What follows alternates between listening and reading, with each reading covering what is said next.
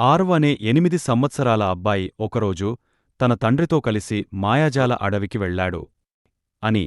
అప్పుడే ఒక చిలక వచ్చి అతనిని ఆహ్వానిస్తూ, ఈ అడవిలోని జంతువులు హృదయం పవిత్రంగా ఉన్నవారితో మాట్లాడగలవు అని చెప్పింది.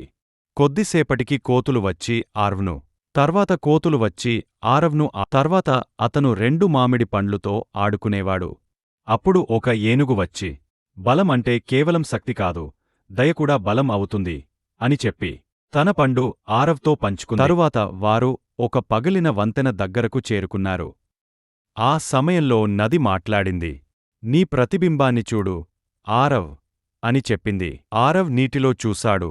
అక్కడ తన ధైర్యం, దయ, ప్రయత్నం ప్రతిబింబంలా కనిపించాయి. ఆ క్షణంలో నది మాయాజాలంతో వంతెనను సరిచేసింది. అతను తన తండ్రితో సురక్షితంగా ఆ పక్కకు చేరాడు. ఆరవ్ ఒక గొప్ప పాఠం నేర్చుకున్నాడు. ధైర్యం, దయ, సాధన కలిస్తే ఏ సాహసాన్నైనా సాధ్యం చేస్తాయి.